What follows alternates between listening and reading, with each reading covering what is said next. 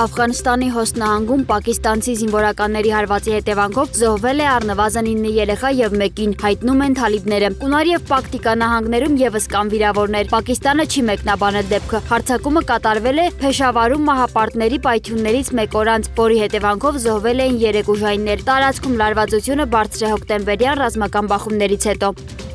Ռուսական անօդաչուները երեքշաբթի վաղ առավոտյան հարվածել են Կիևին, հրդեհներ առաջացնելով առնվազն 2 բնակելի շենքերում։ Մայրաքաղաքի ռազմական վարչակազմի ղեկավարի խոսքով վիրավորվել է 4 մարդ, իսկ Պեչերսկի շրջանում իրականացվում է տարհանում։ Քաղաքում արձանագրվել են էլեկտրամատակարարման եւ ջրամատակարարման խափանումներ։ Ռուսաստանի Կրասնոդարի երկրամասում Նովոգորոսկի նահանգում ուկրաինական ԱԹՍ-ների հարվածների հետևանքով վնասվել են բազմաբնակարան շենքեր եւ տներ, կա առնվազն 4 տուժած։ Ռուսական կողմը հայտնում է նաեւ, որ Մոսկվայի ուղղությամբ շարժվող 10 ԱԹՍ խոցվել է օդային պաշտպանությամբ։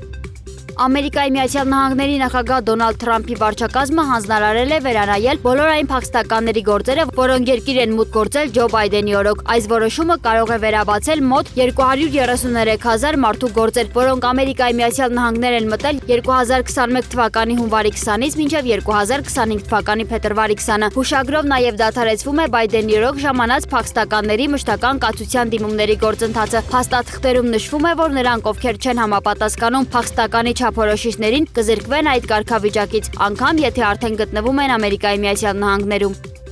Ֆրանսիայի արտաքին գործերի նախարար Ժան-Նոել Բարոն նոյեմբերի 26-ին Փարիզում հանդիպելու է Իրանի արտաքին գործերի նախարար Աբբաս Արաղչիի հետ։ Ֆրանսիայի արտաքին գործերի նախարարության տեղեկացմամբ հանդիպման ընթացքում կքննարկվեն երկկողմ հարաբերությունները, տարածաշրջանային խնդիրները, նաև Իրանի վիճահարույց միջուկային ծրագիրը։ Իրանի արտաքին գործերի նախարարության ներկայացուցիչները հաստատել են Արաղչիի նախատեսած այցը։